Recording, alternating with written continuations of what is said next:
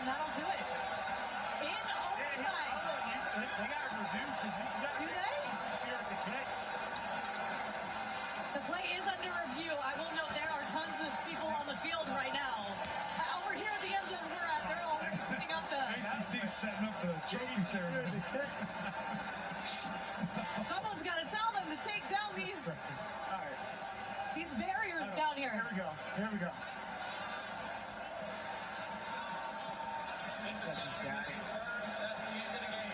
Yeah, he's good. Wow. Yeah, we won the game and overtime once again. And that is your ball game. The Duke Blue Devils are your 2025 ACC champions. Knocking off Virginia to win the championship. First time winning this game in program history. They came here in 2013, fell short to Florida State this year, a week ago. They had no idea they were even going to be playing in this game. Needed a tiebreaker situation to get there. They were alive, down but not out. They come in here, and after losing big to Virginia 3 weeks ago, they find a way to get it done in OT. Coach. Masterful coaching job by Manny Diaz and the Duke staff. They played to win.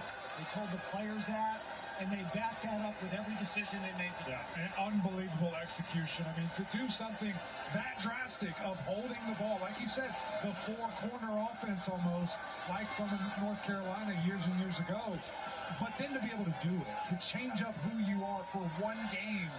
That's what's great about college football. That's what's great about postseason football. Right. Is this a one-season game? It's also the defense. Give this Duke defense a lot of credit. They gave up over 500 yards the last time these teams played.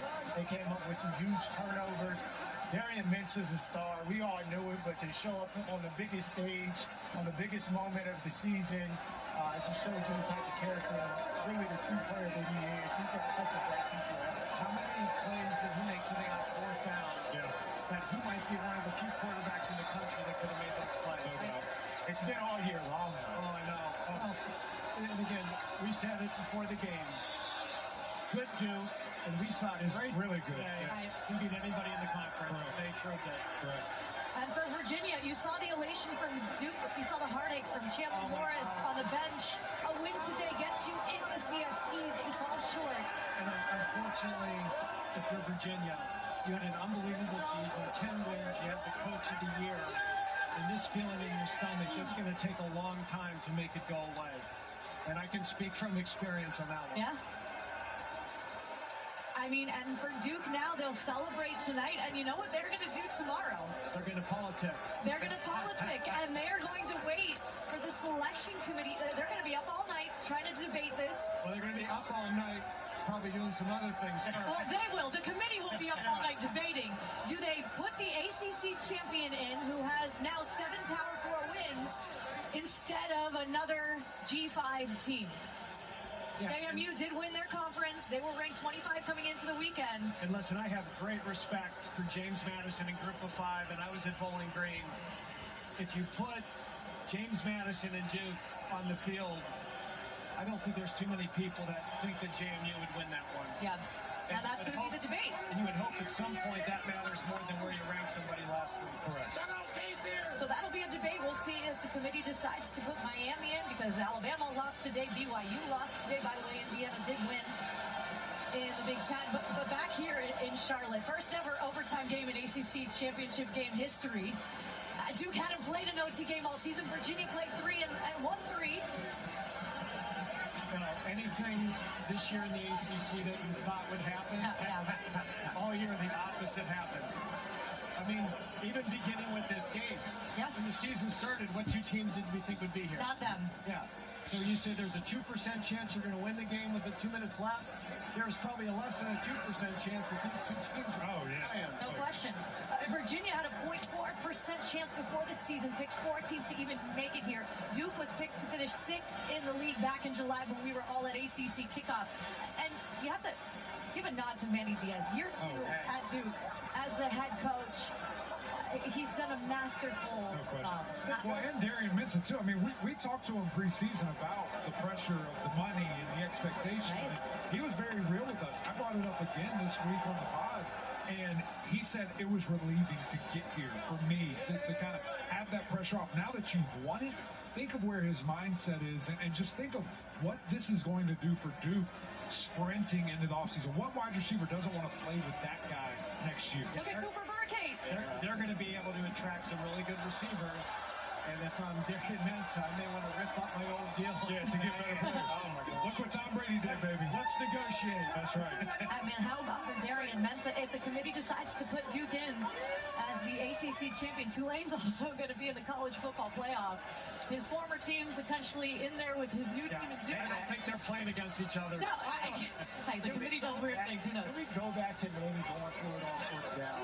Because that could have easily backfired. Yeah. But that's what makes great coaches, is being able to make that decision.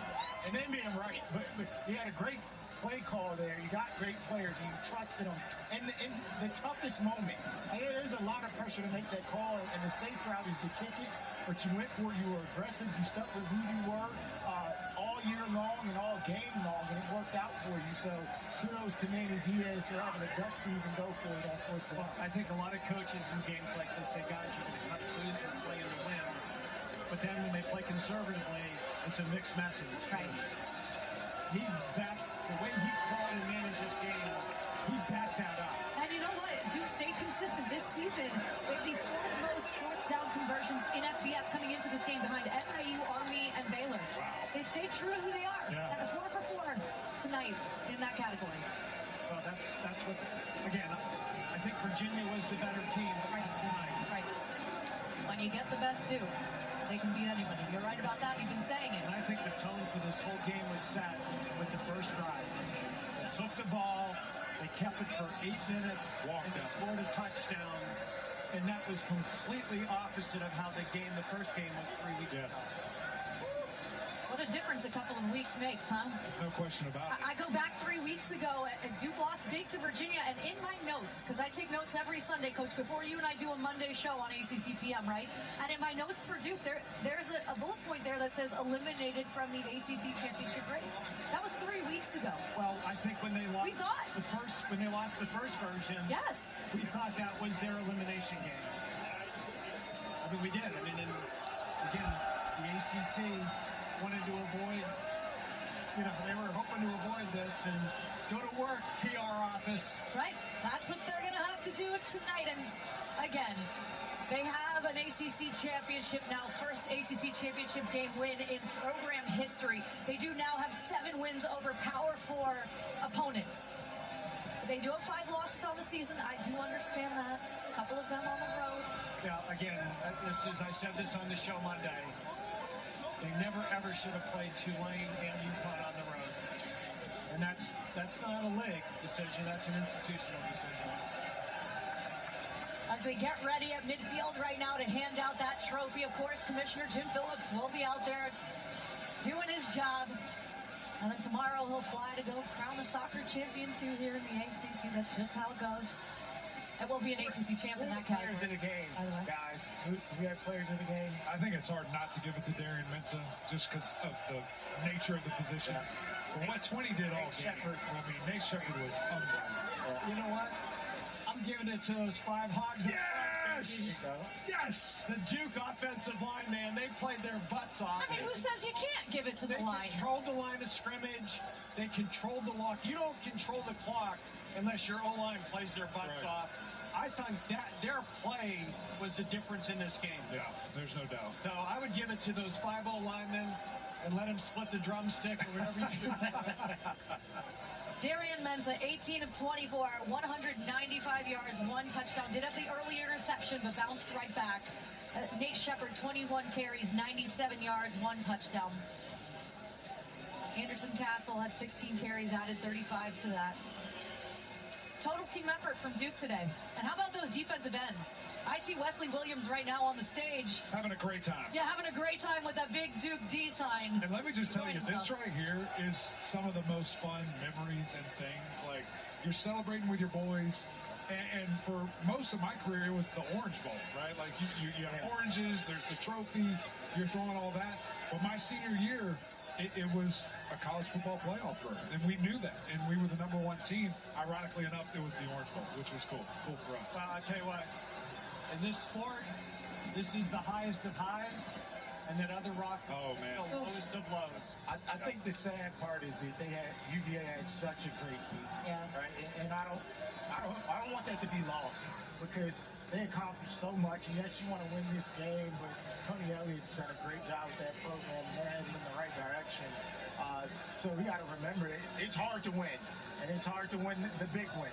And they just came up against a really good Duke team who was hot at the right moment. Right. Yeah, and this is why the bowl games are important, because if they can go and keep their team together and go get an 11th win, that'll be Big deal. yes, it is. And in 2021, when we lost this game, Yeah.